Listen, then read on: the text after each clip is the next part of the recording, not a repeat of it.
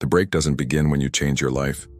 It begins when you question the voice inside making your decisions. Not, what do I want? But, who inside me is wanting this? That question shatters the illusion. It exposes the mask. It unmasks the fear behind ambition. It reveals the wound beneath the obedience. Rebuilding doesn't start with grand gestures. It starts with awareness, with tiny pauses between impulse and action. That pause is your sacred space. And in that space, free will awakens. Not as a fantasy of endless options, but as the radical act of not repeating your past. You can't erase the world that programmed you, but you can stop replicating it. Inside you, that's real rebellion. To disobey the trauma that shaped you, to defy the system that tamed you, to stop the inner echo of the pain that made you comply. And yes, it costs you. You'll lose comfort. You'll lose people. You'll lose the illusion of safety. But what you gain is consciousness, clarity, a self that's no longer autopiloted by fear. If you feel this is your moment to step out of the loop, type in the comments, "The programming ends with me." Or send this video to someone who's starting to see through the cracks, but needs a hand to push through.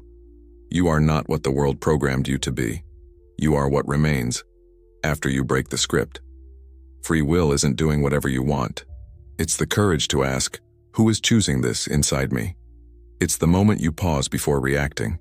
It's the decision to sit with discomfort instead of numbing it. It's choosing truth over validation, integrity over performance, silence over noise. This is the hardest freedom, the one no one claps for, the one that doesn't trend, the one that feels like death, because it is. A death of the false self. And from that death, you rise. Not controlled, not conditioned, but conscious. Maybe free will isn't the power to control everything. Maybe it's the power to choose how you respond, even when your past screams louder than your present. In that space, you awaken.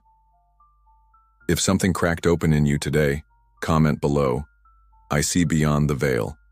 Share this with someone who's still asleep in their loop. And if you're ready to keep breaking cycles with me, subscribe now. The shadow only scares you until you realize it's part of you. True freedom only scares you until you realize you were always ready. This isn't the end, it's the beginning of your inner rebellion. You learned to say yes when your soul was screaming no. You learned to smile while quietly collapsing inside. And over time you called that maturity. But its real name is fragmentation. Each time you abandoned your truth to be accepted, you left a piece of yourself behind. And now your identity is stitched together by fear, shame, and survival.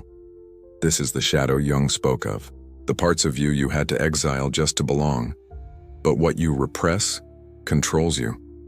That's why you keep sabotaging yourself, why you fall into the same cycles, why you choose people who reflect your deepest wounds. Your conscious mind says, "I want to change," but your unconscious whispers, "I need to survive the way I learned to." And in that tension, free will dies.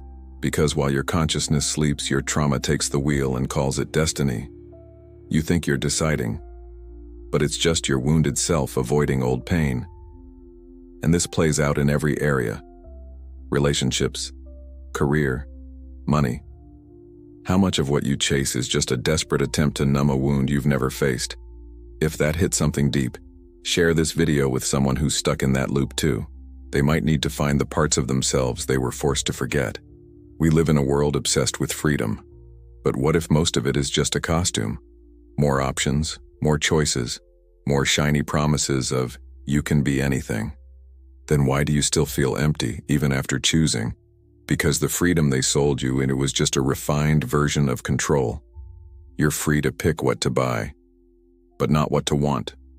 Free to switch careers, but not the system that made you feel unworthy in the first place. You can change religions, beliefs, lifestyles, but beneath it all, you're still chasing the same desperate need: validation. This is false freedom. The ability to switch cages without ever seeing the bars. The algorithm decides what you see. The market decides what you crave. Your wounds decide who you stay with. And you call that choice? But how many of your decisions come from silence, not noise, from stillness, not trauma? As long as your choices are emotional reactions to unhealed pain, you're not choosing. You're obeying. Gabor Mate teaches that trauma doesn't just create pain, it distorts desire. We crave what numbs us and avoid what could actually heal us. And capitalism knows this. It doesn't need to chain you, just poke your emptiness and sell you quick relief.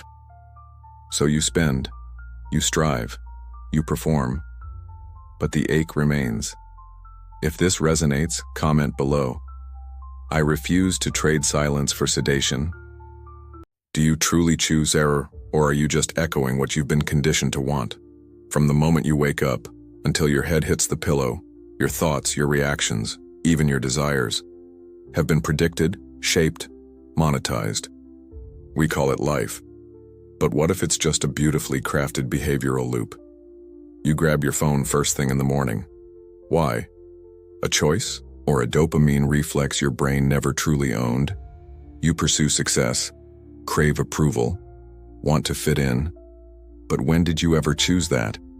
Or were you born into a world that wrote your script before you could speak? Viktor Frankl said, "Between stimulus and response there is a space. In that space lies our power to choose." But what if that space is vanishing? What if even your urge to comment on this video was already a programmed response? How free are you? Really? This is not just a video, it's a mirror. And if you dare to look, you might discover that yourself was never truly yours. Ready to confront that? You were not born free. You were born into a system that handed you a script of gender, morality, success, shame, obedience. Before you even formed words, you were taught how to behave, how to earn love, how to shrink yourself to fit in. That was your first captivity, emotional programming disguised as education. You learned that being good meant pleasing others, that being worthy meant following rules, that being free meant doing exactly what was expected of you. Your mind became a machine, rewarded for compliance, punished for authenticity. Each compliment trained you to conform. Each rejection carved out pieces of your identity. You became an adult, with dreams, goals, beliefs. But how many of them are truly yours? Carl Jung called it the persona, the mask you wear to survive the world. But where is the version of you that never got to speak? Have you ever stopped to ask, how many of my choices are truly mine? If this question made you pause, type in the comments, "I'm questioning the script." Or pause this video and write down this line. Not every choice is freedom. Sometimes it's just habit in disguise.